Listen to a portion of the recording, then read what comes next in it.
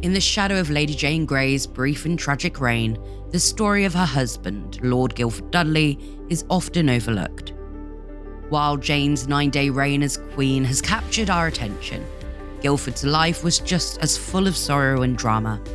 From their lavish wedding to their swift downfall, Guildford's hopes and ambitions crumbled alongside his wife's fleeting rule.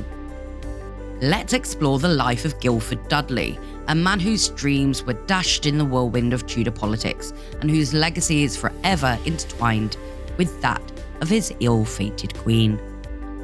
Guildford Dudley was born into privilege as the second youngest surviving son of John Dudley, later the Duke of Northumberland, and his wife Jane Guildford. The Dudley family, originally known as the Suttons, had controlled Dudley Castle since the early 14th century. Guildford's grandfather, Edmund Dudley, was a key advisor to Henry VII, but was executed in 1510 after Henry VIII took the throne. Through his father's mother, Guildford was connected to notable figures like Richard Beauchamp, 13th Earl of Warwick, and John Talbot, 1st Earl of Shrewsbury. His father, John Dudley, was a powerful figure under King Edward VI, effectively running England from 1550 to 1553. This strong political position helped shape Guildford's prospects and set the stage for his high ambitions, including his marriage to Lady Jane Grey and their brief time in the spotlight. In the spring of 1553, Guildford married Lady Jane Grey, a match arranged by his ambitious father. The marriage of Lord Guildford Dudley and Lady Jane Grey took place on the 25th of May, 1553, at Durham Place in London. It was a grand affair, highlighting the Dudleys family's wealth and ambitions. The festivities included a lavish feast with fine food and wines, knights competing in jousting tournaments, and masques with music and dance. Various games entertained guests, contributing to the festive atmosphere. Despite the grandeur, the wedding celebrations were affected by an unfortunate incident of food poisoning.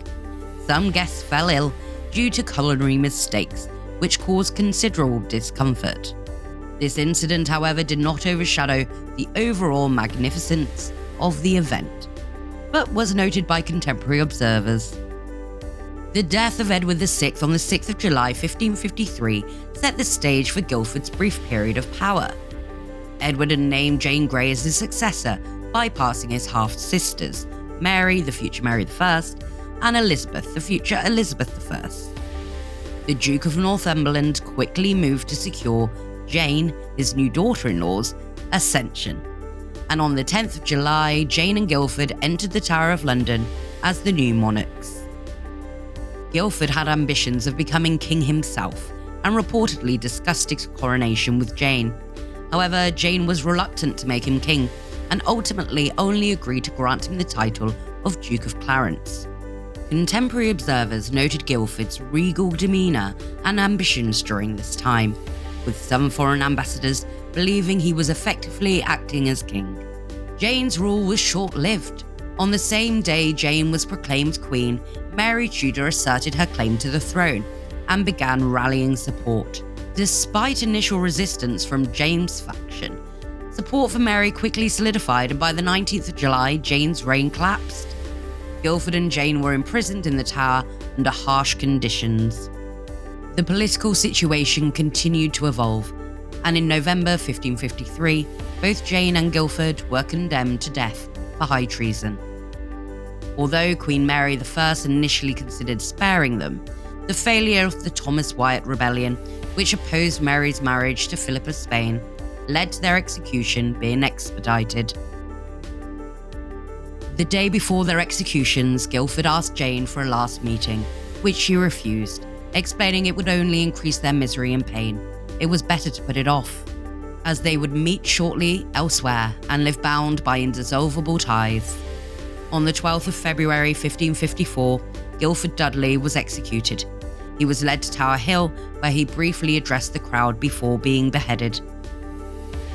His body was buried alongside Jane's in the Tower Chapel. Their executions were widely viewed as harsh and did little to endear Mary to her subjects. The deaths of Guildford and Jane were mourned by many, including John Knox, who described them as innocent victims.